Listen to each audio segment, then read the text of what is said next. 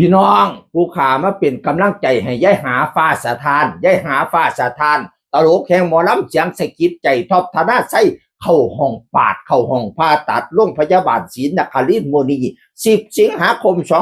2569พี่น้องเอ๋ยขึ้นเตรียมโตขึ้นเขียงโอ้ยแล้วบอกว่าแล้วเป็นใส่เลียดหลายคนก็ถามว่าเป็นหยังพาหยังเนาะเราก็เลยว่าโพสตอบว่าเป็นใส่เลียนเป็นมาได้สักพักละลาปนาวานั่นน่ะเพราะว่าช่วงนั้นมันช่วงแสดงก็เลยโอ๊ตเอาบัดนี้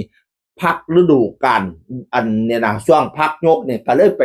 ผ่าตัดหมอเพิ่นก็นัดช่วงนี้พอดีเฮาก็จังว่าเฮาว่างพอดีเนาะพี่น้องเอ๋ยแล้วบอกว่าโยกของหนักแต่ละเที่ยน่ะก็โอ้ยมันย้อนลงมากก็โอ๊ตเอาย่ำขึ้นเวทีต้องฟ้อนต้องย้อนให้เล่นตลกต้องกองเขาน้อยแห่งฟ้อนแห่งย้อนเนาะมันย้อนลงมาเจ็บก็โอ๊ตเอาบัดนี้ช่วงเนี่ยล่ะช่วงอันพักการแสดงเนี่ยล่ะพี่น้องเอ๋ยอันก็เลยได้ไปผ่าตัดปานดำค่ำคู่ชีวิตเพิ่นก็ไปเฝ้าพี่น้องเอ๋ยดูแลดีเนาะดูแลไม่ใช่หาปานดำกระไรจังเพิ่นว่าจังสิล่ะชีวิตคู่ชีวิตละว่าน่ะนะคู่ชีวิตแต่ละคนก็บ่คือกันคู่แล้วก็บ่ได้โลดหรูดอกสิจับมือกันไปจนเฒ่าพุละพะนะว่านั่นน่ะไปหาแพทย์หาหมอคุณหมอก็ถามว่าเป็นอีหยังอันเป็นแม่ผู้ป่วยบอกค่ะข้อยเลยตอบว่าค่ะว่าปานดำกระไรเขาถามว่าเป็นแม่ติเราก็เลยตอบว่าค่ะโลดพะนะว่านั่นน่ะตอบไปโลดตัดบทมันแล้วซะเขาสิบ่ได้เว้าความยาวเสาความยืดพี่น้องเอ๋ยขึ้นเขียงมื้อนี้ก็ให้ปลอดภัยเด้อไปอย่าหาเอ๋ยตั้งจิตตั้งใจดี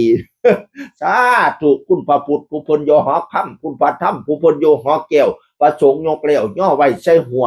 คุณบิดามารดาคุณครูบาอาจารย์คุณศีลคุณท่านเอิ้นหาเอาให้เพิ่นมาปกมาบังมากังมาเลียมเทพบุตรชั้น5เทวดาชั้น4เมตธรณีนักรามนางน้อยเมฆขลาเอิ้นให้เพิ่นมาปกมาเลียมคุณหมอรักษาเทวดาคุ้มครองให้ปลอดภัยเด้อเฝ้าพาเฝ้าแล้วเฝ้าว่าหยุ่มมาตินหน้าห้านต่ออีกบ่แม่นหน้าห้านแม้ถึงห้านต่ออีกตลกผู้มีคุณภาพนอกจากเป็นตลกแล้วเป็นคู่แต่งหมอลำเลียงต่อก่อนให้หลายคณะเด้ระเบียบก็แต่งให้ซ่านเล่าก็แต่งให้คณะใดอีกแล้วก็คณะเล่านี่ล่ะหมอลำเสียงสะกิดใจพี่น้องเอ๋ยอุ้ยแต่งให้หลายคณะอยู่หมอลำขวัญใจแฟนๆแล้วก็เคยแต่งให้โ